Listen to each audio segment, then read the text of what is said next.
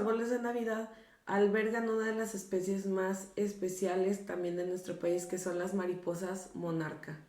Hello Plantaholics, bienvenidos a este nuevo video podcast en el cual vamos a hablar de un tema muy especial, pero antes vamos a darle la bienvenida a nuestra invitada del día de hoy, Vale. Hola Plantaholics y Cristi, pues primero que nada les quiero desear felices fiestas y próspero año nuevo. Vamos a tocar un tema muy importante y sobre todo para los amantes de la Navidad, que son los pinos o árboles, que siempre decoramos, ¿no? Sobre todo en estas fechas. Sí, ya estamos a nada de la Navidad y ya todo debe doler. Bueno, no sé si hayan tenido alguna vez un pino natural en su casa, pero huele delicioso y muchos dicen que ese es el verdadero olor de la Navidad. Cierto. El olor a pino. Entonces, pues hoy vamos a hablar justamente de lo maravilloso que son los pinos y de cómo también albergan las mariposas monarca.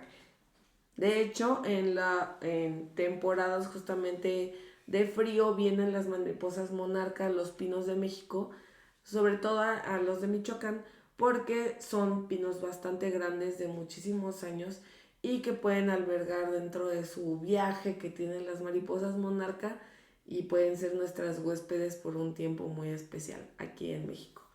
Pero bueno, vamos a hablar de los diferentes tipos de pinos que hay, porque no solamente hay un tipo de pino, hay bastantes tipos de pino, pero hoy vamos a hablar específicamente de tres: vikingo, el oyamel y el pino blanco. Cedro blanco. Ajá, el cedro blanco. Correcto, precisamente es lo que comentábamos antes de iniciar el podcast, que si bien México es reconocido por su gran variedad de hortalizas y de flores, también tiene pues variedades de pinos o de árboles que son representativas o emblemáticas para la Navidad, ¿no? Que es el oyamel, el vikingo y el cedro blanco. Pero antes de iniciar, ¿qué onda? ¿Dónde inicia? Es que justamente cuando estábamos platicando del podcast, a mí me llegó la duda justamente de cómo nace la tradición navideña de usar un pino, porque no es como lógico, no es como que empezó la civilización y dijeron, pues vamos a decorar este pino y ya lo vamos a poner para la Navidad. No es así. La Navidad cada uno de nosotros las vamos viendo de diferentes maneras y la fuimos puliendo a lo largo de los años, pero principalmente dentro de lo que investigamos vimos que en Alemania es uno de los principales lugares en donde nace como tal ya la tradición del pino de Navidad. Al principio lo que ellos hicieron fue más bien que utilizaban las hojas de los pinos para como sacar a los espíritus malos de las casas y de las familias, ¿no? Ese fue como el paso 1. Luego ya, el paso 2 es que ellos utilizaron este árbol y le llamaron como árbol del paraíso, así como justamente el árbol que nosotros buscamos ya para volver al paraíso, el momento de nuestra muerte en el catolicismo. Entonces para poder hacer como una similitud a ese árbol, lo que hacían es que le ponían manzanas a ese árbol, pues de la manzana de Adán y Eva, etcétera, ajá. Y entonces, pues ponían el árbol que tienen en Alemania en específico, del pino, y le ponían manzanas, y así lo decoraban. Pero después, lo que hicieron fue, un abeto, que es un tipo de pino. Lo que hicieron es que antes utilizaban de ramas de abeto y ramas de otro tipo de pino, lo ponían como en una estructura triangular, como que lo rellenaban y lo decoraban. Y entonces se ponían ese tipo de decoración porque decían que simulaba el árbol de conocimiento, pero también ellos decían que era como una pirámide navideña para que pudiera traer los buenos espíritus, o sea, ya viene como el tema del espíritu navideño. Y entonces ya decían como esto es parte del espíritu navideño, hacían su decoración como piramidal y eso lo ponían siempre el 24 de diciembre para recordar justamente el nacimiento de Jesús. Entonces, ahí como que está muy raro, no sé por qué empezaron a hacer esas tradiciones, pero así es como nació justamente el pino de Navidad en Alemania. Y otra cosa, abonando un poco a esto, es la parte de, ok, una cosa es estar en Europa, pero ahora para América, específicamente para México. Si bien tomamos un poco esta parte, en 1848 se dice que el príncipe Alberto, esposo de la reina Victoria de Inglaterra, junto con su familia, posaron en una revista en donde al fondo se veía un árbol precisamente de Navidad que era del príncipe Alberto y pues estaba decorado, ¿no? Tenía esferas, o sea, era muy llamativo. Entonces, eso se extendió rápidamente al resto del mundo, pero en México al momento de que en 1864 estaba el imperio de Maximiliano de Habsburgo y de su esposa Carlota. Ellos al venir pues también precisamente de Europa trajeron estas vibras. Entonces quisieron hacer lo mismo en su residencia, en ese entonces el castillo de Chapultepec, y pues también pusieron su arbolito y lo decoraron. Pero al momento en que cae este imperio, se pierde esa tradición durante varios años hasta que se vuelve a retomar y a lo largo del tiempo, claro que ha ido cambiando la manera en que se hacía en 1800, ¿no? Pero pues igual se quedó como este legado. Ok. Bueno, ahorita me acordé justamente de una explicación que me dieron de chiquita sobre por qué significa tantas cosas el árbol de Navidad. Ese fue como el preámbulo de todo, pero antes, bueno, te voy a hacer algunas preguntas a ver si sabías. Antes, no sé si sabías que los árboles de Navidad, pues no habían extensiones, no habían lucecitas, eso no existía. Entonces, ¿qué crees que le ponían a los árboles antes? Velas. Velas, así es. Tal cual, le colocaban una vela. Yo no sé cómo le hacían de verdad para que de verdad cupiera la vela y se quedara ahí. Yo creo que les ponían como unas bases o no sé para que se quedara la vela ahí en el pino. Yo creo que sí, porque pues ahora ya no se hace, pero igual existe el riesgo de algún incendio o algún accidente que pueda provocar, ¿no? Pero un poco de esto te voy a contar del primer árbol, que es el vikingo o blanco de Chihuahua, que es precisamente el que utilizó Maximiliano y Carlota en su residencia. Su altura es aproximadamente de 40 metros y este se utiliza principalmente para la elaboración de muebles rústicos y durante los meses de abril y mayo estos empiezan a soltar unos conos o que se conocen como las piñitas, las que a veces tienen en decoración también en Navidad, etcétera. Entonces esa es como su época de floración o donde más se pueden ver. Y pues como lo mencioné, la madera pues también se utiliza para otras cosas y la resina de estos árboles se utiliza para tratar trastornos respiratorios y para infecciones del oído. Qué interesante. Están bastante altos, pero no es el pino más alto que logramos encontrar. Se me hace muy bonito. Creo que justamente utilizan este tipo de pinos porque como no crecen tanto como los otros pinos que nosotros conocemos, pues se pueden utilizar para este tipo de actividades que tenemos justamente en la Navidad. Y también hacerte otra pregunta. ¿Por qué crees que le ponían manzanas al árbol?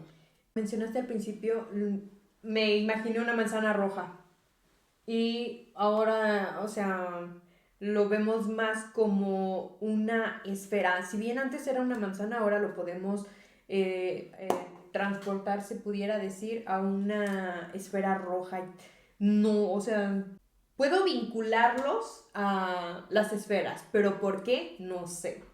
Porque justamente lo que decían es que, bueno, en el árbol, como que el significado del árbol de Navidad, obviamente que sea un triángulo, hablaban, o sea, si vemos como en términos católicos, es la Santísima Trinidad. Si vemos en términos católicos también, la estrella es la estrella de Belén, la que guía a los santos reyes a ir a Jesús. Y que se haya como decoración significa que es una gran fiesta. Que hayan esferas de Navidad significan regalos, significa como donarse, o sea, regalar algo. Los árboles a nosotros nos regalan las frutas, todo, entonces es como una manera de dar, de compartir, como, pues sí, de fruto, de regalo. Y también, pues justamente que se den regalos es porque Jesús es el regalo a la humanidad. Entonces, el compartir eso de Jesús en nosotros a la humanidad es lo que hace que haya como ese espíritu navideño, ¿no? De generosidad, de compartir lo que tienes. Entonces, por eso se ponen árboles debajo del árbol. Entonces sí tiene más sentido si lo vemos desde la perspectiva de, te voy a ser muy sincera, yo soy católica, entonces si lo veo más de esa perspectiva me hace más sentido. Como que esos significados ocultos que a veces tenemos en los árboles y que con el paso del tiempo a veces ya no damos seguimiento con estas tradiciones, ¿no? O con los significados que tienen algunas cosas que hacemos día con día o en esta ocasión año con año. Pero bueno, Cristi, tenemos otro árbol del que justamente nos vas a hablar. Vamos a hablar ahora de el pino oyamel. Oyamel, se escucha muy chistoso. Pero el pino oyamel justamente es el que sí está en la parte central sur de nuestro país. Ese pino casi siempre está en Michoacán. Ese es el que alberga las mariposas monarca. Justamente es un pino bastante alto, puede crecer hasta 60 metros de altura. Tiene unas piñas enormes. Conos y piñas son sinónimos. Son palabras sinónimas. Y las piñas son la forma en la que se reproducen los pinos. Es como su semilla. Entonces imagínense el tamaño de semilla que debe de tener el pino para que puedan crecer tan grandes. Y pues justamente decían que de lo que investigamos de longitud puede ser de 8 a 16 centímetros. O sea, sí, gigante. Y de 6 a 8 centímetros de ancho. Entonces son tremendas piñotas que luego son las que justamente se utilizan para decorar, ¿no? Porque están mucho más grandes. Y está muy interesante porque ese pino, ya cuando está maduro, primero es púrpura. No es, no es verde, verde. Luego ya se va tornando a verde, café y así. Pero las hojas van tornándose, se van cambiando mientras va madurando el árbol. Ok, eso es muy interesante porque junto con esto yo también te voy a hablar de un árbol o un pino, cuando es joven, tiene un color de tronco específico, pero cuando va envejeciendo, cambia también su tronco. Y es el cedro blanco.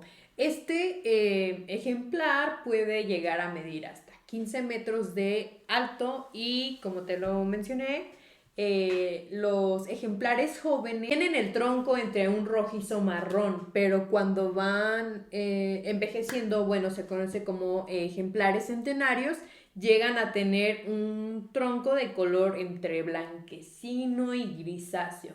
Precisamente este tipo de pino o árbol, lo que es en nuestro país vecino, Estados Unidos, tiende a ser muy popular precisamente a su aroma, ¿no? Que es intenso, dulce. Como lo mencionaba también antes de empezar el podcast, hay unos perfumes también muy sofisticados o algunos otros que también tienden a tener el olor como a maderita, sí, ¿no? Entonces a mí en lo personal no me gustan, pero respeto las opiniones de todos o los gustos y pues sí, esto también se utiliza para elaborar precisamente muebles, pero un poco más finos, ¿no? Porque pues también dependiendo del árbol o del pino se da la calidad de los muebles y en este caso se utiliza para finos, muebles finos. Y bueno, también recordando un poquito uno de los, del pino que mencioné anteriormente, ese pino se utiliza para hacer tarimas, para la construcción.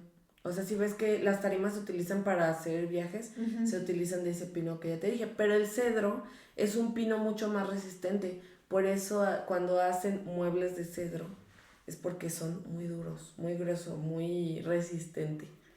Y el cedro es muy oloroso, entonces cuando les dice, tiene esencia de cedro, el perfume, es porque es muy, muy bueno, realmente muy bueno, porque extraer el olor del cedro no es tan sencillo. No, sí me imagino. Entonces de ahí también otro dato que les podemos dar es precisamente esto. Nosotros, si bien hablamos de 3 especies de árboles o de pinos, claro que hay muchísima más variedad, pero aquí algo que voy a rescatar es esto, precisamente del tipo de árbol o de pino. La madera de ellos depende de la calidad de lo que se vaya a fabricar, ¿no? En este caso hablamos de muebles y de tarimas, ¿no? Pero si bien mencioné el primero, que es el vikingo, se utiliza para fabricar muebles rústicos, ahora el cedro se utiliza para fabricar muebles finos o más sofisticados. Qué interesante. Es muy interesante lo que se puede hacer justamente con los pinos, pero también estamos viviendo una situación de deforestación en nuestro país, de los pinos en específico, porque se utilizan muchísimo para lo que hemos estado mencionando y la industria va creciendo constantemente. Así que necesitamos que si ustedes van a ir a comprar un árbol de Navidad, que sean árboles certificados. ¿Qué significa que sean árboles certificados? Significa que lo que hacen es, mientras quitan un árbol, replantan, y eso está avalado por el gobierno. Pero si no están certificados, pues puede ser que estén deforestando una parte de nuestros bosques de nuestro país para poder tener el pino que tú tienes sin ninguna solución a la problemática ambiental que estamos viviendo. Y en eso tiene razón, ¿no? Porque pues precisamente tenemos un árbol natural en casa, pero no sabemos lo que hay detrás. Entonces sí los invitamos a checar esa parte si van a adquirir uno natural. Y también otra cosa es que si se van a animar en las redes sociales de Neorgánico, vamos a estar teniendo diferentes tips, consejos de cómo cuidar adecuadamente tu árbol natural, ¿no? Exactamente, entonces, si ustedes quieren tener un árbol natural en su casa, igual hay algunos que ya los venden en maceta. El olor de los pinos es muy bonito y sí nos puede recordar a la Navidad, pero hay que cuidarlos. Son parte de nuestro planeta y de nuestra cultura también, así que hay que cuidarlos lo más posible. Busquen árboles certificados si es necesario, o si ustedes quieren utilizar un árbol de Navidad, que sea, aunque sea no sea de maceta y que sea cortado. Y bueno, que justamente después puedan reciclar ese árbol de Navidad y utilizarlo para algo mejor, ¿no? Acabando justamente las fechas decembrinas. Y bueno, este ha sido nuestro video podcast de esta semana. Muchísimas gracias, Vale, por estar aquí el día de hoy. No olviden seguirnos en todas nuestras redes sociales de Neorgánico, Instagram, TikTok, Facebook y YouTube. Ahí pueden ver todo lo que hemos hecho acerca de los huertos en casa.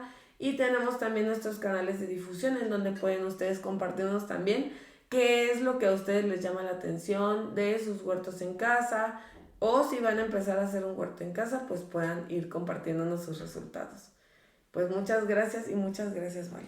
De nada, y hasta la próxima, Plantaholics. Recuerden, si tienen duda de lo que sea respecto a huertos en casa y lo que hemos tratado en los podcasts, déjenlo en los comentarios que los estaremos leyendo.